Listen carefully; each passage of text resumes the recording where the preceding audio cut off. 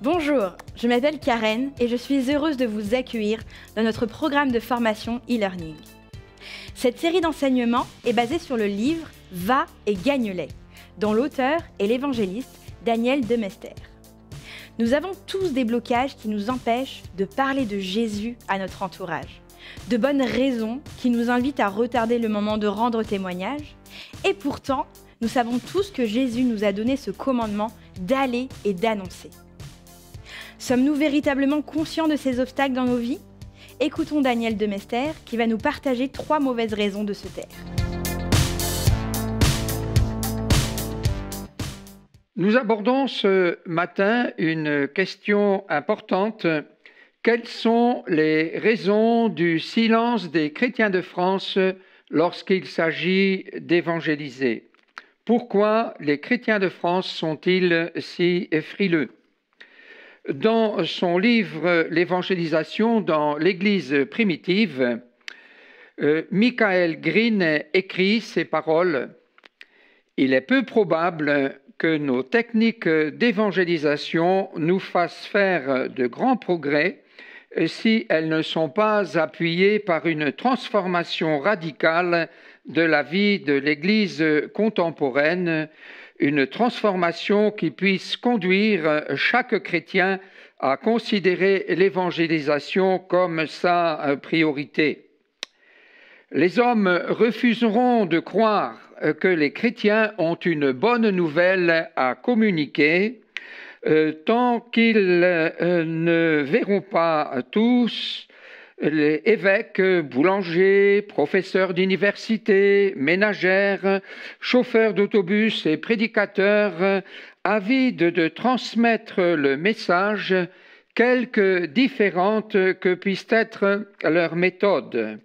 Et les hommes continueront à penser que l'Église est une société repliée sur elle-même, composée de gens respectables et préoccupés de son autoconservation, repliée sur elle-même, tant qu'ils ne verront pas dans les églises et chez les chrétiens le souci du bien des autres, la joie, la communion, l'esprit de sacrifice et l'ouverture qui fleurissait au plus beau jour de l'Église primitive.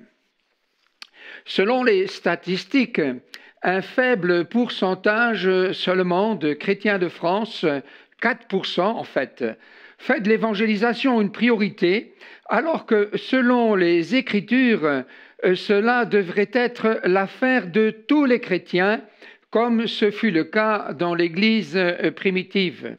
Alors je pose la question, quelles sont les raisons qui nous empêchent de parler de Jésus à notre entourage ? En d'autres mots, comment être délivré du péché du silence ? Lorsqu'un malade consulte son médecin, il commence par lui parler de ses problèmes, les douleurs, les symptômes, etc. C'est ce qui va aider le docteur à établir son diagnostic et à prescrire un remède. Aucun médecin, vous en conviendrez avec moi, aucun médecin ne rédige une ordonnance et ne prescrit de médicaments sans avoir au préalable ausculté et écouté son patient. Entrons donc ensemble dans la présence de Jésus, le grand médecin, et parlons-lui quelque peu de nos blocages. Le premier blocage est « Je n'ai pas beaucoup de connaissances bibliques ». Personnellement, lorsque je me suis converti, j'étais âgé de 17 ans et j'ai de suite senti l'appel du Seigneur sur ma vie. Et lorsque, peu après notre mariage, Janine et moi, en 1963, nous avions envisagé d'aller quelque temps à l'école biblique. Mais le pasteur de l'église s'est opposé à l'époque à notre projet. Il nous disait « Votre école biblique, les gars, c'est chez vous, devant la Bible ouverte, priez. Le Saint-Esprit vous montrera ce que Dieu attend de vous, puis mettez en pratique ce que vous aurez compris. » Nous n'étions pas d'accord avec lui. et nous ne comprenions pas pourquoi il s'opposait à notre projet. Et comme nous nous occupions du groupe de jeunesse à l'époque, des écoles du dimanche également, nous avons continué de nous investir dans l'église locale. Pour autant, nous n'avons pas baissé les bras. Et après avoir économisé de l'argent pour faire face aux dépenses engendrées par 2 années de formation, nous sommes revenus à la charge. Pasteur, nous avons maintenant l'argent pour aller à l'école biblique. Nous avons l'intention de démissionner de notre travail pour aller à Bièvre. À l'époque, Bièvre, c'était l'Institut biblique des Assemblées de Dieu de France. Bièvre, dans la banlieue sud de Paris.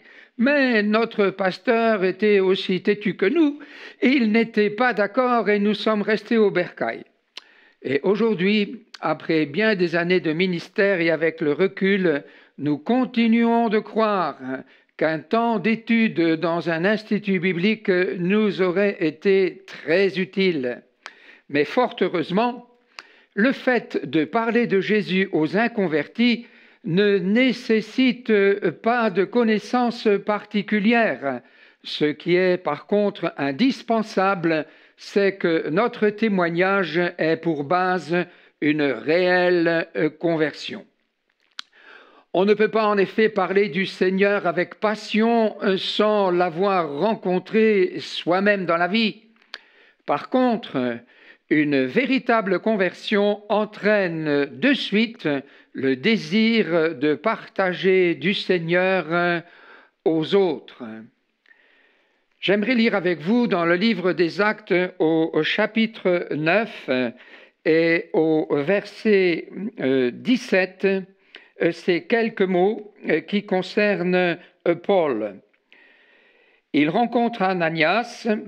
La Bible dit au verset 17, « Ananias sortit, lorsqu'il fut arrivé dans la maison, il imposa les mains à Saul en disant, « Saul, mon frère, le Seigneur Jésus qui t'est apparu sur le chemin par lequel tu venais, m'a envoyé pour que tu recouvres la vue et que tu sois rempli du Saint-Esprit. » Au même instant, il tomba de ses yeux comme des écailles et il recouvra la vue.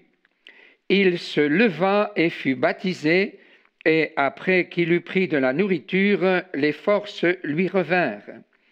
Saul resta quelques jours avec les disciples qui étaient à Damas, et aussitôt, il prêcha dans les synagogues que Jésus est le Fils de Dieu. Saul de Tarse s'est donc mis à prêcher, mais vous direz tous ne sont pas appelés à le faire. Par contre, chacun peut parler aux autres, à l'exemple de cette femme de Samarie, fraîchement gagnée au Seigneur. L'évangéliste Jean nous rapporte dans son entretien avec Jésus au bord du puits, il précise dans l'évangile de Jean, je cite le chapitre 4, le verset 29, « La femme, ayant laissé sa cruche, s'en alla dans la ville, et elle dit aux gens, « Venez voir, un homme qui m'a dit tout ce que j'ai fait. Ne serait-ce point le Christ ?» Ils sortirent de la ville et ils vinrent vers lui. Et encore dans l'évangile de Jean, chapitre 4, verset 39, « Plusieurs Samaritains crurent en Jésus à cause de cette déclaration formelle de la femme, « Il m'a dit tout ce que j'ai fait. » Et puis, dans l'évangile de Luc, au chapitre 8 et au verset 39, il est question de l'intervention de Jésus dans la vie du démoniaque de Gadara. Cet homme était tourmenté, il était violent, mais à peine entré dans la vie nouvelle, la Bible dit, il s'en alla et publia par toute la ville tout ce que Jésus avait fait pour lui. Ces 3 personnes ont quelque chose en commun. C'est le besoin de parler du Seigneur. Toutes trois ont un ardent désir de partager la bonne nouvelle. La Bible l'enseigne dans l'Évangile de Matthieu au chapitre 12, verset 34, « C'est de l'abondance du cœur que la bouche parle. » Je répète, c'est de l'abondance du cœur que la bouche se met à parler. Abordons le deuxième blocage, qui est de se dire « Je suis trop timide pour parler de Jésus ». La timidité est un manque d'audace dans l'action, c'est encore un manque d'aisance dans les rapports sociaux. Et la Bible cite le jeune Timothée, c'était un homme timide qui manquait de facilité, d'aisance dans les contacts avec les gens, et son ministère s'en trouvait fortement handicapé. C'est au point que l'apôtre Paul lui écrira ces mots dans sa deuxième lettre à Timothée, chapitre 1er, verset 7. « Timothée, ce n'est pas un esprit de timidité que Dieu nous a donné, mais c'est un esprit de force, un esprit d'amour, un esprit de sagesse. La timidité paralyse nos qualités et nos capacités à entreprendre. Voilà pourquoi il faut absolument qu'elle disparaisse de nos cœurs. Quelqu'un a dit que la timidité, c'est la contraction de la sensibilité. Il a ajouté, c'est une crampe de l'esprit. Le désir du Seigneur est d'ôter toute timidité dans les domaines de l'annonce de sa parole et de nos comportements en tant que chrétiens. Rappelons-nous que les premiers chrétiens ont reçu le jour de la Pentecôte l'audace qui leur était indispensable pour propager la bonne nouvelle de Jésus. Et ce que les premiers chrétiens ont reçu, nous pouvons aussi le recevoir. Ce que les premiers chrétiens ont reçu, vous pouvez aussi le recevoir. Pierre nous le rappelle, je cite Acte 2, verset 39, « La promesse est pour vous, elle est pour vos enfants, et elle est pour tous ceux qui sont au loin, en aussi grand nombre que le Seigneur notre Dieu les appellera. » Un proverbe espagnol dit que la timidité, c'est la prison du cœur. Et il est temps de réactiver ce que nous avons reçu. C'est ce que l'apôtre Paul dira à Timothée. Je cite encore ce texte de Timothée, chapitre 1, verset 6. « Ranime le don qui est en toi et que tu as reçu par l'imposition de mes mains. » Il avait reçu quelque chose de particulier, mais c'était en veilleuse quelque part dans son cœur. Et l'apôtre dira, ranime ce que tu as reçu. Le don que Timothée avait reçu peut être comparé à un feu qui avait perdu sa vigueur et qui peu à peu risquait de s'éteindre, faute de combustible, faute d'oxygène. Un feu qui est sur le point de s'éteindre peut aussi reprendre de la force, fort heureusement. Il suffit d'évacuer les cendres, vestiges d'un feu qui appartient au passé, et de remettre un peu de bois sur les braises restantes, en prenant bien sûr soin d'entretenir un courant d'air. Ce n'est pas un esprit de timidité que Dieu nous a donné, c'est un esprit de force. Recherchons donc cet esprit de force avec persévérance dans la prière de la foi, comme nous le rappelle Paul dans l'épître aux Thessaloniciens, première épître aux Thessaloniciens, chapitre 5 et verset 9, « N'éteignez pas l'esprit ». J'en arrive à un troisième blocage, la peur. La peur qui fait partie d'une famille nombreuse. La peur, effectivement, a des sœurs et des cousines. Elle s'appelle l'effroi, la frayeur, panique, terreur, angoisse, frousse, phobie, épouvante, hantise, trouille, affolement, anxiété. Il est vrai que beaucoup de chrétiens ont peur d'aller vers les autres ou pour leur parler de l'amour de Dieu et de la bonne nouvelle. Cette peur engendre des réactions négatives. Vous noterez l'indifférence.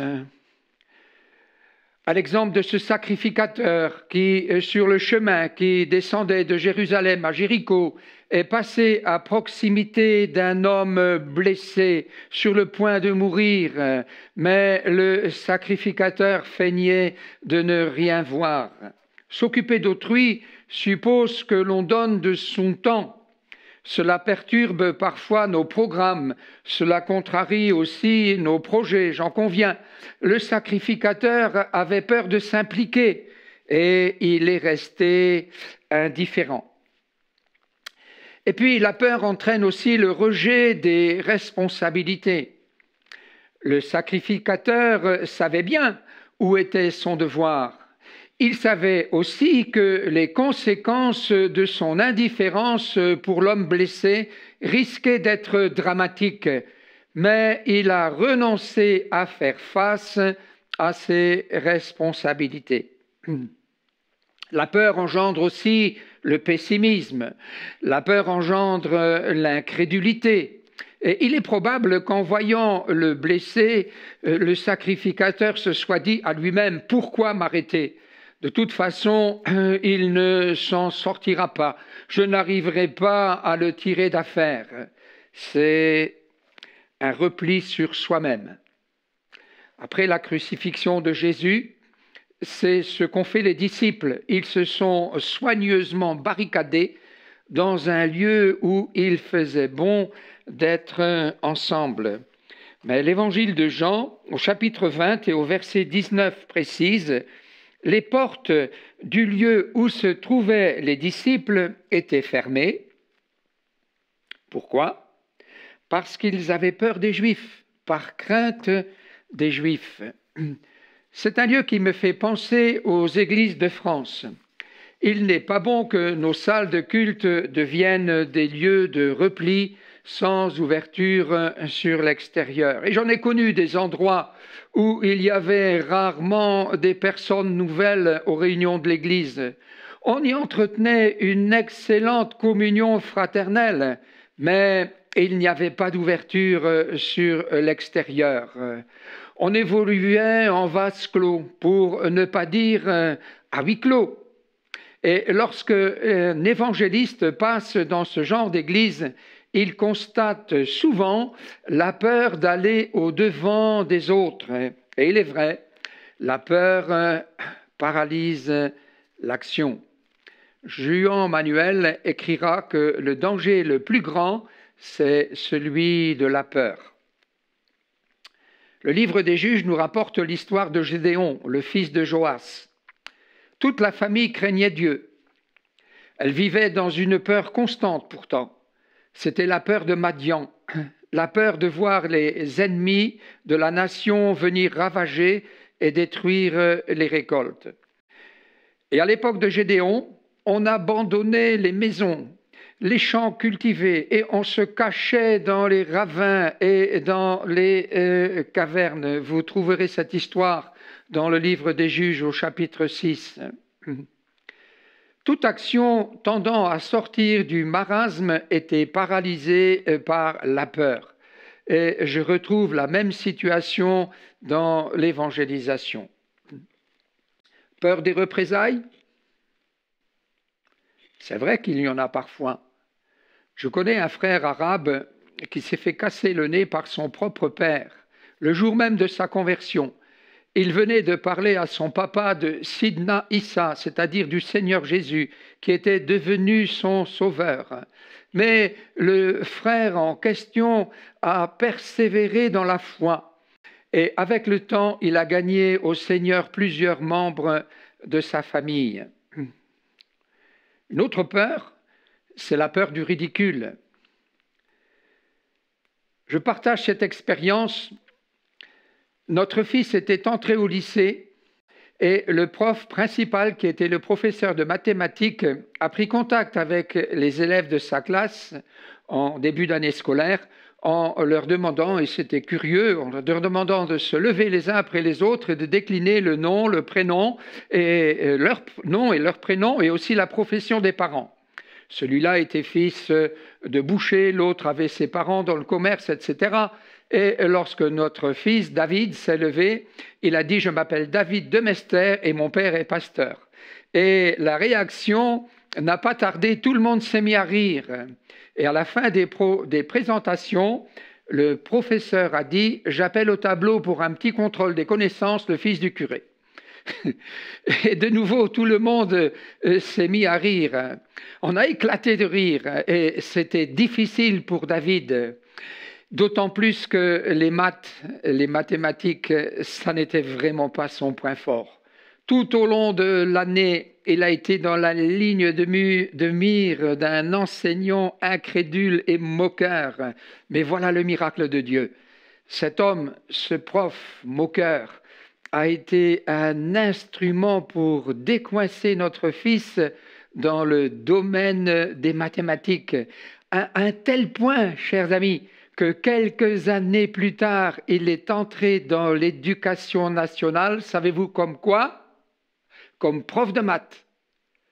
Un emploi qu'il a gardé plusieurs années avant de rejoindre le monde industriel. André Gide a pu écrire ces paroles « La peur du ridicule obtient de nous les pires lâchetés ». Mais la parole de Dieu nous invite au psaume 37 et au verset 5, je cite, « Recommande ton sort à l'Éternel, mets en lui ta confiance et il agira. Il fera paraître ta justice comme la lumière et ton droit comme le soleil à son midi. » Alors quel est le remède à la peur? Y a-t-il un remède? Mais bien sûr. Et nous revenons à l'histoire de Gédéon, vers qui Dieu, dans sa bonté, a envoyé un ange, avec des paroles d'encouragement formidables. Je cite Juge 6, verset 12. « L'Éternel est avec toi, vaillant héros. » À nos yeux, et selon nos propres critères, Gédéon était-il vraiment un héros? Mais pas du tout. Si on s'attarde à l'aspect formel des choses, il était plus un zéro qu'un héros. Mais l'Épître aux Romains, au chapitre 4 et au verset 17, nous dit que Dieu qui donne la vie aux morts appelle les choses qui ne sont point comme si elles étaient. Gédéon, paralysé par la peur, allait devenir un homme entreprenant. Et la première étape vers la libération de la crainte sera une parole d'encouragement de la part du Seigneur, une parole qui va créer la foi dans son cœur, dans le cœur de Gédéon. Qu'il en soit de même pour vous, chers amis. La Bible est remplie de paroles d'encouragement. Saisissez-le maintenant. Il est intéressant de se pencher sur la première action de Gédéon. Il a renversé l'autel de Baal avec l'aide de 10 hommes. Il a eu le courage d'entreprendre quelque chose, on pourrait dire, il a osé. Le livre des Juges au chapitre 6 et au verset 17 nous dit que dans son action, il craignait la maison de son père. Il craignait les gens de la ville et ce qu'il a fait, il l'a fait de nuit et non pas de jour. Que dire? Pour Gédéon, la victoire sur la peur a été progressive. Nos peurs ne s'évacuent pas facilement, j'en conviens.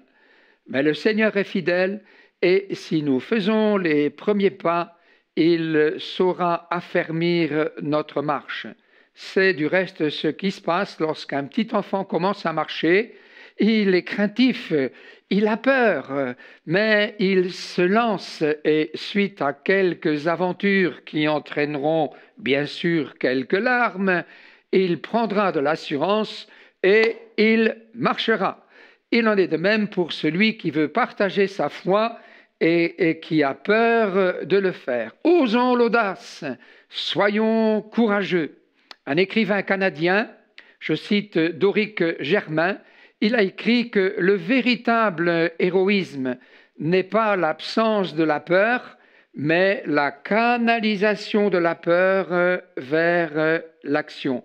Et un des présidents de la République française, François Mitterrand, a dit en son temps « Le courage consiste à dominer sa peur ». Je ne sais pas si François Mitterrand connaissait le texte biblique du livre de la Genèse, où Dieu ordonne à Moïse de saisir par la queue le serpent devant lequel il fuyait. Personnellement, j'ai très peur des serpents. Je crois que je ne suis pas le seul. Mais s'il me fallait en saisir un, si on me demandait d'en saisir un, si j'étais dans l'obligation d'en saisir un, je pense que je le saisirais à la hauteur des cervicales pour l'empêcher qu'il se retourne contre moi et qu'il ne me morde. Saisir un serpent par la queue, c'est en effet prendre le risque de le voir se retourner contre vous. Et il en résultera une piqûre, bien sûr. Et il a fallu beaucoup de courage à Moïse pour faire ce que Dieu attendait de lui. Mais Dieu, et je le répète, attendait de son serviteur qu'il soit courageux. Dans quelque temps, il allait être amené à affronter Pharaon, le roi d'Égypte. Et le roi d'Égypte était un homme autrement plus dangereux qu'un serpent. Nous espérons que cette première partie vous a aidé à saisir ces blocages, quelquefois inconscients, qui font que nos bouches restent fermées. Daniel Demester nous dévoilera d'autres blocages dans le prochain cours. Alors n'hésitez pas à venir nous retrouver pour les découvrir. À bientôt et que Dieu vous bénisse.